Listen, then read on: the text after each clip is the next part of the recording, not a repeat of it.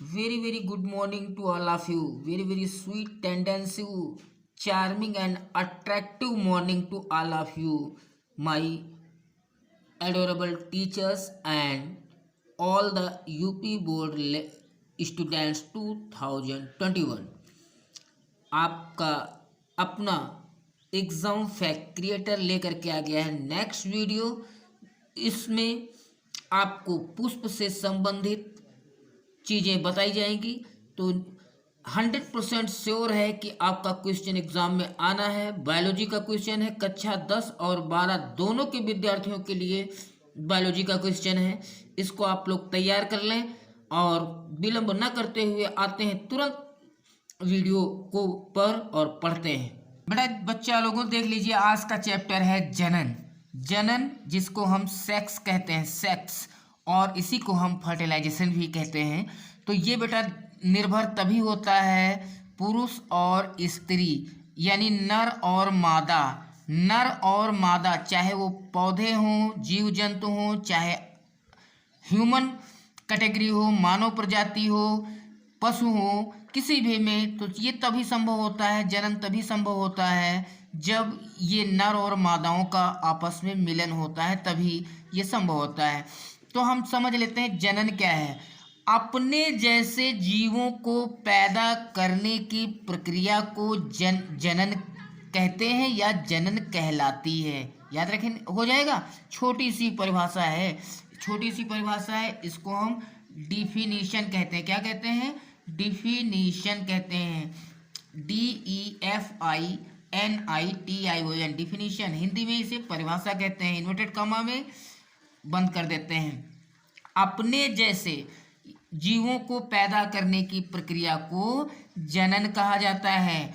अब बात करते हैं बेटा, हो सकता है एग्जाम में पूछ ले जनन कितने प्रकार का होता है। तो जनन 2 प्रकार का होता है। पहला होता है अलैंगिक जनन। अलैंगिक जनन, जब कोई जीव जनन के लिए अपने शरीर के किसी भाग कोशिका या कोशिकाओं अथवा किसी विशेष निर्मित संरचना को इस्तेमाल करता है तथा इन संरचनाओं में कोई लैंगिक संलयन नहीं होता है, तो वह अलैंगिक जनन कहलाता है। डिफिनेशन थोड़ा सा बायोलॉजी की लैंग्वेज है, हार्ड है, बट इसको आपको रट्टा मार लेना है, रट डालना है, ये आएगा 100% आएगा। अब आप बात कर लेते हैं भाई, जब सेक्स 2 प्रकार का है, जनन 2 प्रकार का है, तो पहला प्रकार तो हमने पढ़ लिया। अब हमको पढ़ना होगा लैंगिक जनन।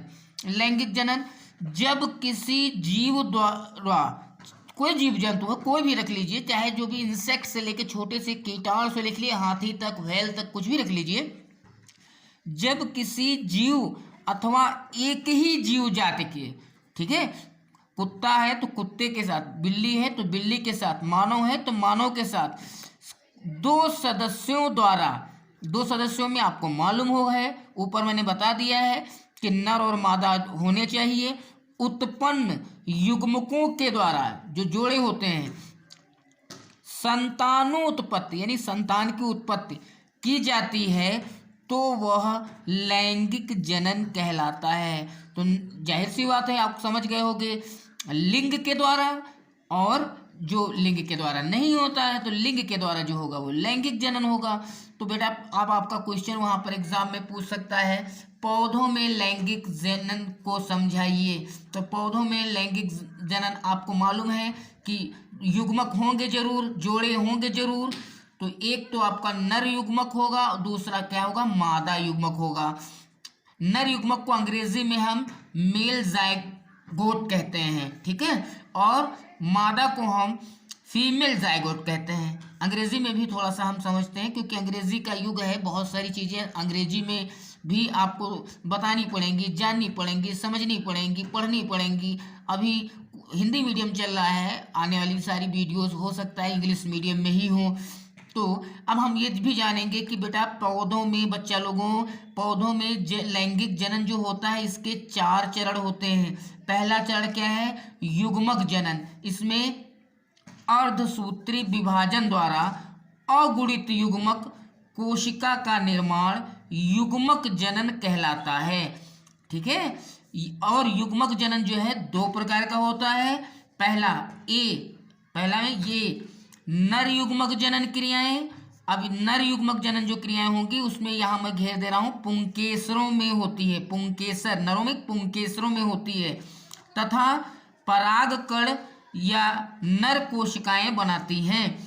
अब बी आ जाएगा, बी डाल देंगे तो मादा युग्मक जनन क्रियाओं में ये भी घेर दे रहे हैं, स्त्री केसर के बीजांडों में होती है और अंड को हम ओवम कहते हैं, अंग्रेजी में क्या कहते हैं, ओवम का निर्माण होता है। ठीक है, अब दूसरी क्रिया मैंने बताया कि 4 चरण होते हैं, तो परागण डालेंगे हेडिंग, क्या पड़ेगी हेडिंग, परागण।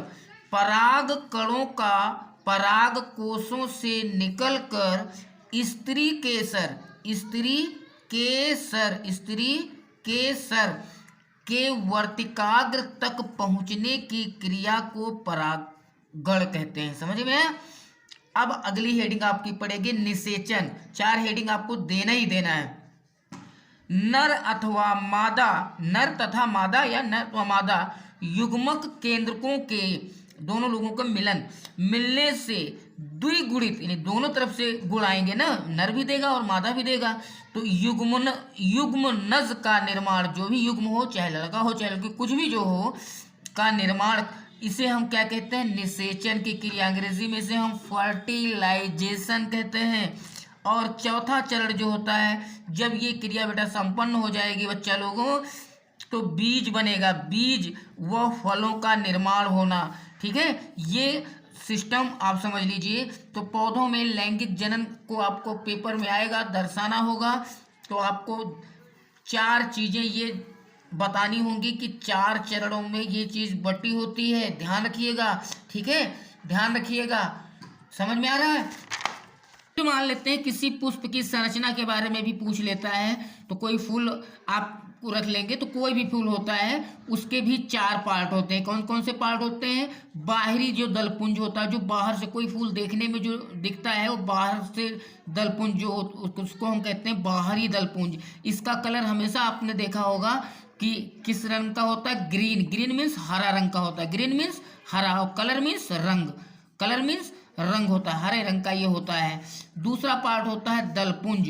यह जो है प्रायः ज्यादातर 4 और 6 या कहीं कहीं अनेक दलों को, मतलब अंग्रेजी में पेटल्स मीन्स पंखुड़ियां होती है, का बना होता है। फूल जो होता है तमाम पंखुड़ियां भी होती हैं, लेकिन इसका कलर जो होता है, रंग वही होता है, क्या होता है, वाइट होता है।